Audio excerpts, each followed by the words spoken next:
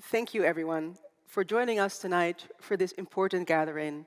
And thank you so much to the Stichting Martin Luther King Lezing and the Vrije Universiteit for the wonderful opportunity to deliver this year's Martin Luther King lecture. I couldn't be more thrilled about the theme that was chosen for this year, radical social justice, especially since Dr. King was radical in his vision for racial, social, and economic justice, much more so than the way in which his work is often quoted and referenced by many people nowadays. Dr. King and the civil rights movement he was part of were doing their important liberation work in the United States in an era that was characterized by great economic prosperity following the two world wars. This prosperity was not shared equally, however, and went hand in hand with systemic disenfranchisement, racial segregation in schools, housing and public spaces, and persistent economic inequality for Black people in the United States. Outside the US, a wave of decolonial struggles was starting to unfold. War was being fought in, amongst others, Vietnam, Laos, and Cambodia, and the Cold War was in full swing. Despite the significant challenges that the civil rights movement and others across the world have brought about, the state of our world today unfortunately doesn't, yet, lend itself to much optimism. Our climate is on the brink of irreversible collapse, and we are seeing the mass extinction of thousands of species. We failed to make necessary changes when the COVID-19 pandemic laid bare the structural inequalities in our societies, and we never delivered on the promise of the 2020 racial justice uprisings in the US and Europe. We are quietly consenting to letting genocide unfold in Gaza, Sudan, Myanmar, China, and the Democratic Republic of Congo. And we are failing to support and protect those fleeing areas made uninhabitable due to the climate crisis, war, and other disasters we created. More and more voters around the world are electing openly racist and xenophobic parties into power. Institutional racism is left unaddressed, and intolerance across the board is becoming increasingly normalized.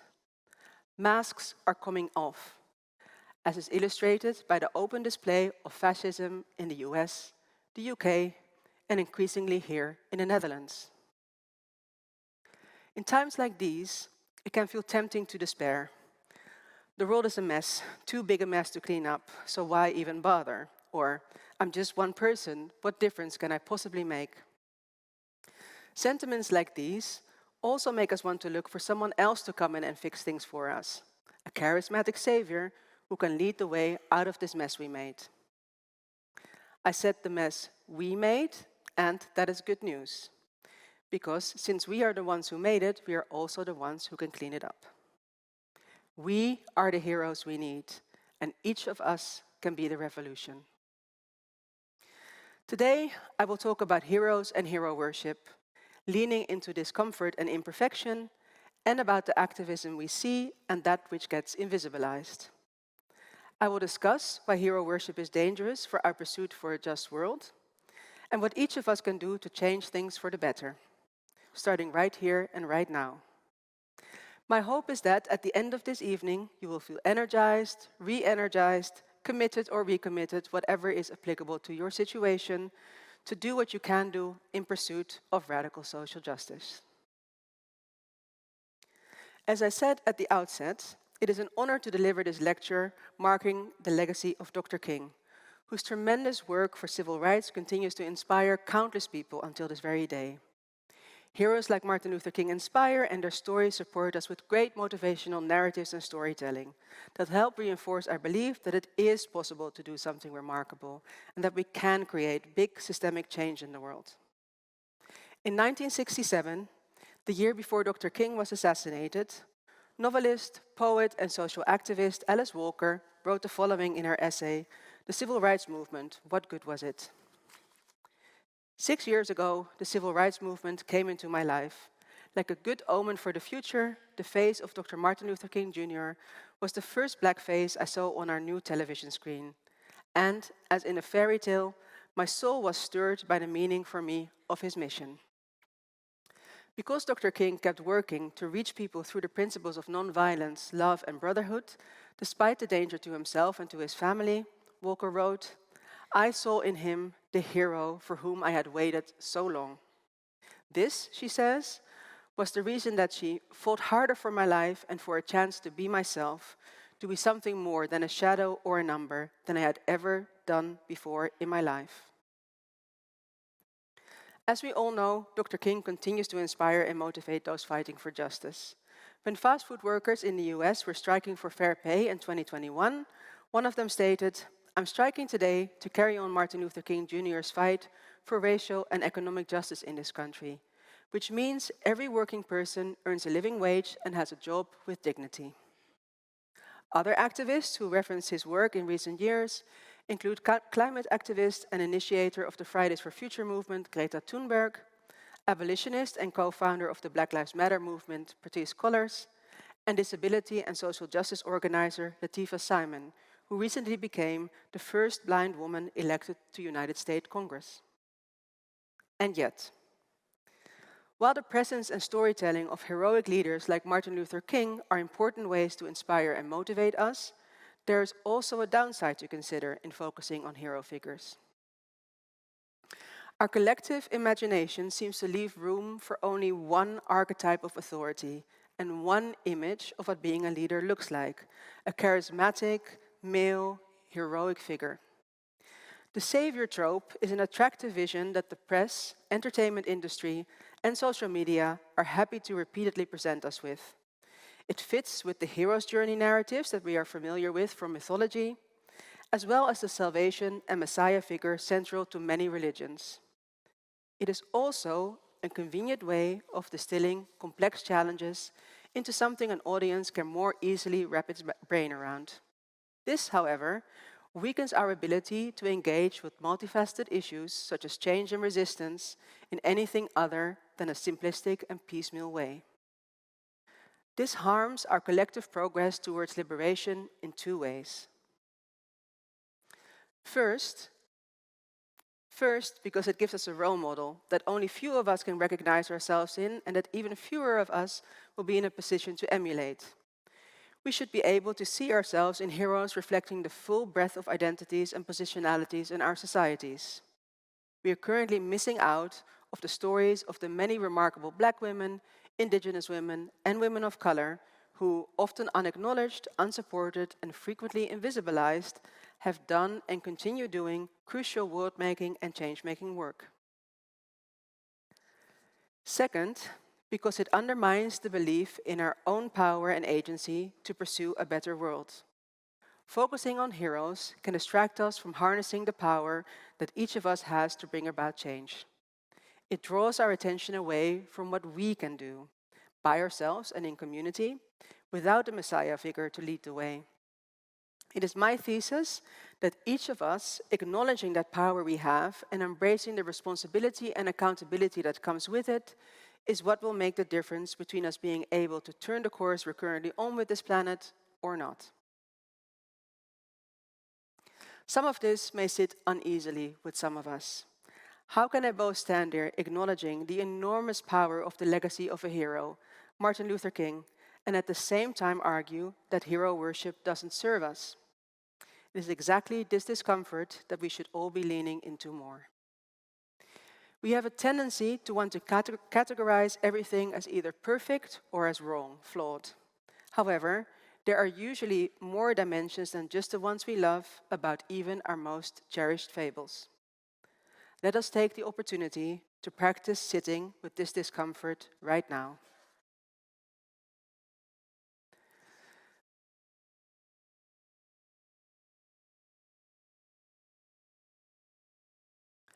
No movement is perfect, and the US civil rights movement was no different. Movements also don't have to be perfect. Human work is messy, it is flawed, and it is beautiful. A big flaw of the civil rights movement was the way in which it invisibilized the important role women played in it. Like in many iconic liberation struggles, past and present, sexism was pervasive. Women were pushed to the sidelines into supporting roles, yet they made up an important part of the resistance. This is easily illustrated if we think of the names from that movement we are frequently reminded of. Those are mostly the names of men. This, of course, includes Dr. King, but also Malcolm X, John Lewis, Thurgood Marshall, Fred Hampton, W.E.B. Du Bois, and many more. Looking beyond the US, we see similar patterns being replicated across freedom struggles. From Kwame Nkrumah and Patrice Lumumba to Mahatma Gandhi and Che Guevara, the main names we know are of the larger-than-life men who spearheaded revolutionary movements. Names that many of us are less familiar with are those of the women who played key roles in civil rights and decolonial struggles. Within the civil rights movement, I'm thinking of women such as lawyer, priest, and civil rights activist Pauli Murray, whose work informed the arguments made in Brown versus Board of Education, the US Supreme Court case that confirmed that racial segregation in schools was unconstitutional. Or activist Claudette Colvin, who was arrested at 15 years old for refusing to give up her seat to a white woman on a segregated bus, 9 months before Rosa Parks' refusal to do the same sparked the Montgomery bus boycott. Or woman theologian and Baptist priest Prathia Hall, who was one of the few women field organizers of the influential Student Nonviolent Coordinating Committee, SNCC. Hall also led the prayers at a commemorative service where Martin Luther King heard her say, "I have a dream." Words he got her permission to use and ended up making history with. Examples of women who played important roles in the freedom struggles taking place across the world include feminist and political activist Margaret Ekpo, who was actively involved in the struggle for Nigerian independence and fought for women's rights, independence fighters like Umi Sarjono and Kutnyak Yen, who resisted the Dutch colonialism of Indonesia, and Jamaican revolutionary queen, that's also a nice way of putting it, and Jamaican revolutionary Queen Nani of the Maroons, who led a community of formerly enslaved people in successful guerrilla warfare against British colonizers. On a more local level, we are also seeing women's leadership in the work that we do with community partners at Systemic Justice, the organization I founded in 2021. Women are the driving force in much of the change-making work that we are supporting with legal strategies, be it resisting air pollution and other forms of environmental racism, or fighting for access to decent housing and equal education. We consistently see women at the forefront of organizing and resistance. However, relatively few of us will know of the many Black women, Indigenous women, and women of color who have played key roles in activism in all walks of life, especially if our main source of information is the mainstream media. This is not unique to the civil rights movement, nor is it a historical issue. It has been a prevalent dynamic around the world and is still happening until this day.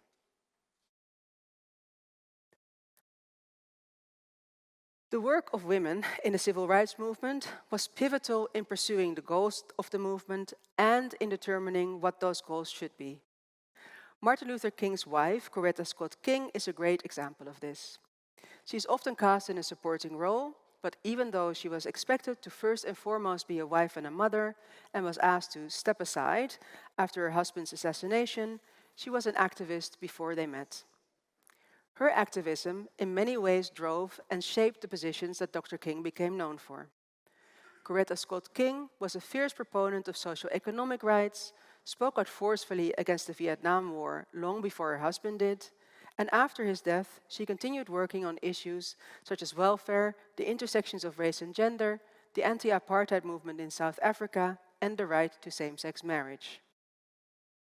Despite all of this, she did not lead the March on Washington for Jobs and Freedom together with Dr. King in 1963. Tens of thousands of women participated in the march, but none of the women civil rights leaders marched in the procession with Dr. King and the other male leaders, nor were any of them invited to speak to the crowd. Instead, they were asked to march on an adjacent street and to stay in the background.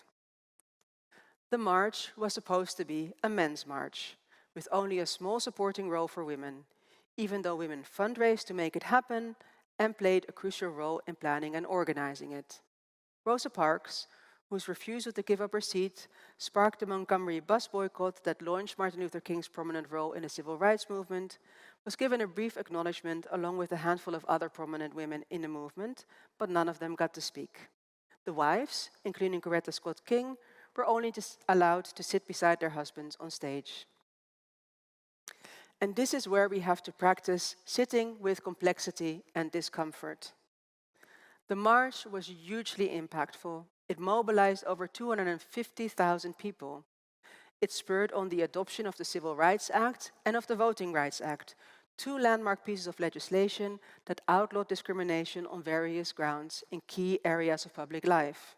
It was a pivotal moment in the civil rights struggle. And at the same time, only some of the people who helped make the important changes I just mentioned happen are etched into our collective memory as the heroes who led the way towards that change. But they were only part of the picture, and not telling the fuller story makes it more challenging for each of us to see ourselves as agents of change, the ones who can alter the status quo and fight injustice. We, each of us, are the ones who can and will change things.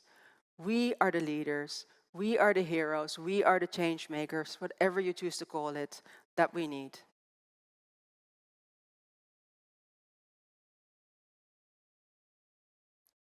Now, that may sound like a nice idea. But some of you may ask, what does this mean in practice? Others might say, oh, that change-making business sounds very nice, but I have a life, I have a job, I have a family, I have a degree to finish, I have bills to pay, I have responsibilities. Where am I going to find the time to get involved in activism? First of all, if you are able to ask this question, you should consider yourself very, very lucky. Most people on the front lines do not get to choose their activism. They are resisting injustice out of necessity. The indigenous groups worldwide resisting green colonialism did not choose their fight, nor did the inhabitants of small island states battling rising sea levels, or the Roma communities living on polluted land, excluded from basic services such as clean water. Their work is a fight for survival, not a career choice. Second, our world is on fire, literally. According to the latest projections by the IPCC, the Intergovernmental Panel on Climate Change, global temperatures are likely to rise on average within a range of 2.1 to 3.5 degrees Celsius in the coming decades, even under the most favorable scenarios. The Union of Concerned Scientists has said that this means we could experience up to 8 feet of sea level rise by the end of the century, which would leave entire island nations submerged. So yes, we all have responsibilities. And the main responsibility we all have right now is to change the destructive course we are on, but we still have a small window to do so. Each of us can make what American civil rights activist John Lewis called good trouble in different ways. We don't all have to take to the streets, chain ourselves to an oil tanker, throw a can of soup at a painting, or rush to court to bring strategic cases, though I really like to do the latter. There is not a one-size-fits-all way to engage. We all have our strengths to bring to the table, and we should use the ones that we have where we can. It's okay to do what falls within your sphere of influence and what suits your particular skills and temperament. In fact, chances are that you'll stick with it for longer if you do something that you enjoy or you are good at, which is what we need. We need a tapestry of sustained activism to make deep, lasting change.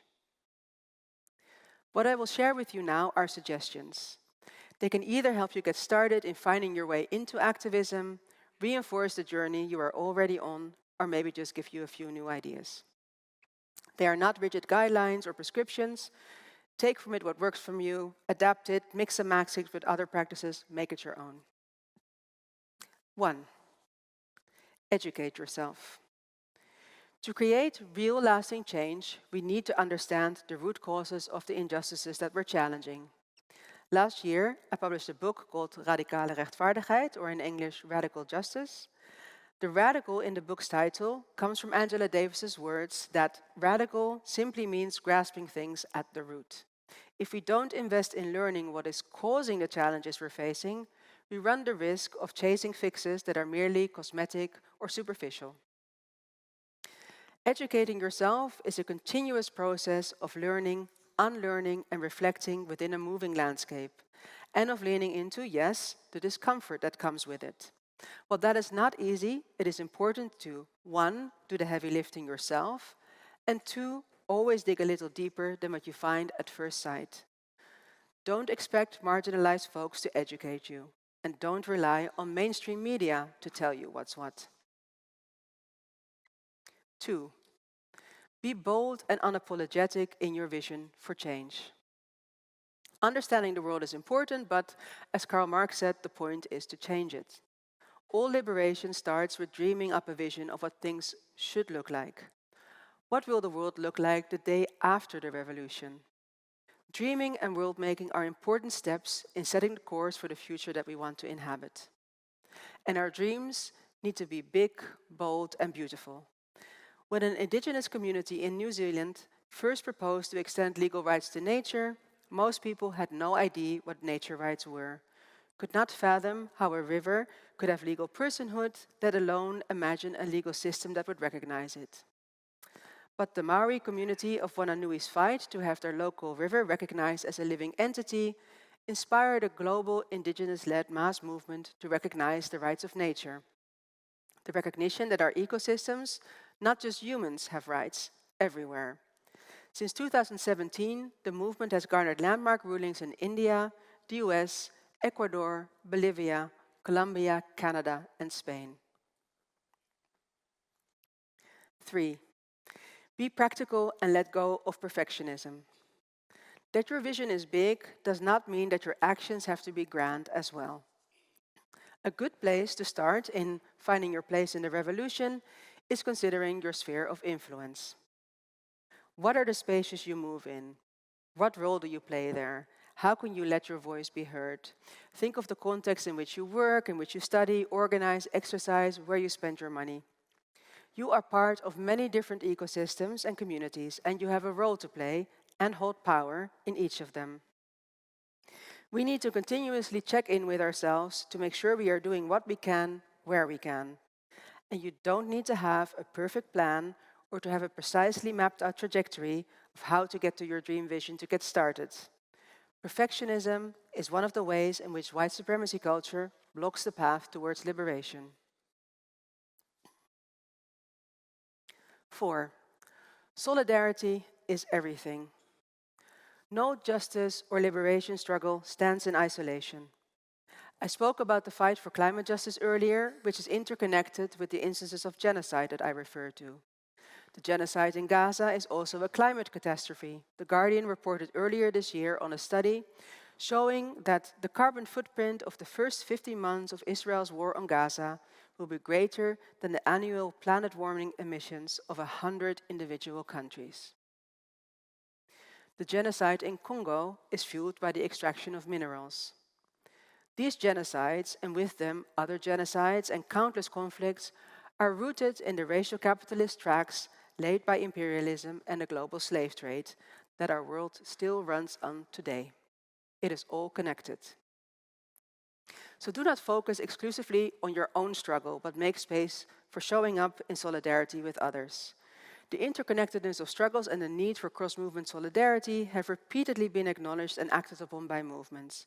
Angela Davis, Malcolm X, and many others from the civil rights movement saw the interconnectedness between the Palestinian struggle and the fight against racism and a militarized police force in the United States. And the Palestinian BDS movement, which was inspired by the South African anti-apartheid movement, has worked in coalition with feminist movements, trade unions, universities, artists, and many others across the world. 5. Trust that your contribution matters, both in scale and in timeliness. All contributions, however small they may seem, matter. When it comes to scale, I referenced the number of decolonial and liberation struggles, but we can also see change on a smaller scale. For years, communities and activists across the world have been reclaiming the topography of their cities, changing street names from the names of colonies, slaveholders, and historical racist figures to those of revolutionary anti-colonial leaders, battles and protests, and liberatory movements in history. Street names are being contested and reappropriated as sites of resistance to imperial narratives and the whitewashing of history. Because to imagine a different future is to inhabit it, literally. Concerning the aspect of time, We have to accept that not all of us will get to see the change we're working for in our lifetimes. Deep change can take generations, and many of the wins and the watershed moments that we celebrate were built on so-called losses and the kind of organizing that doesn't grab headlines. This also means that we must, at times, accept the loneliness that comes with resistance work. In hindsight, it always looks like movements for change operated in unison, with everyone like-mindedly pursuing the same goal, and that is not true. I find that realizing that we are building our work on work of others that has been started before us, and that our work will be continued by others after we've gone, the idea of being a good ancestor, can bring important perspective and support in those moments when we feel alone or isolated. Before we move to close this lecture, I want to flag the relative nature of perspective. History may look upon you unfavorably, too favorably, or not remember you at all. This shouldn't matter for what you do in the here and now. When Martin Luther King received his honorary doctorate from the VU, he was labeled as a terrorist in the United States. In 1966, a year after the Voting Rights Act was passed, a poll found that 72% of white Americans had an unfavorable opinion of him, and 85% said that demonstrations by Black people on civil rights hurt the advancement of civil rights. Dr. King was jailed 30 times and was repeatedly called anti-Christian, pro-communist, and extremist. This narrative has obviously changed dramatically over time, and ironically, we are now seeing how the often softened and stripped of their radical perspective narrative about the once maligned civil rights movement are being used to disqualify new movements, such as Black Lives Matter, by comparison. Like the civil rights movement at the time, it is now their turn to be called reckless, unreasonable, and out for their own gain. I started today's lecture with some rather pessimistic reflections on the state of the world. The challenges we're facing today underline the veracity of Coretta Scott King's words that struggle is a never-ending process. Freedom is never really won. You earn it and win it in every generation. So let us all get in motion to earn the freedom we want and need for this generation, building on the important work that generations of freedom fighters have done before us. Things may seem much worse than they have in a long time, but it also means that we have an opportunity to get more people involved in the struggle. The unraveling we're witnessing at the moment will leave no one unharmed. So also those of us who have been able to keep ourselves safe until now will need to step up. Does what you are reading, seeing, hearing in the news every day make you angry? Great. Use that anger as a catalyst for change. Anger is a wonderful, forward-looking emotion. It's the activating sibling of hope. We need to take that energy and use it to organize and build a mass movement around our vision for a community, a country, a world that is built on a foundation of human rights and racial, social, and economic justice. The time to do this was yesterday, but today is not too late.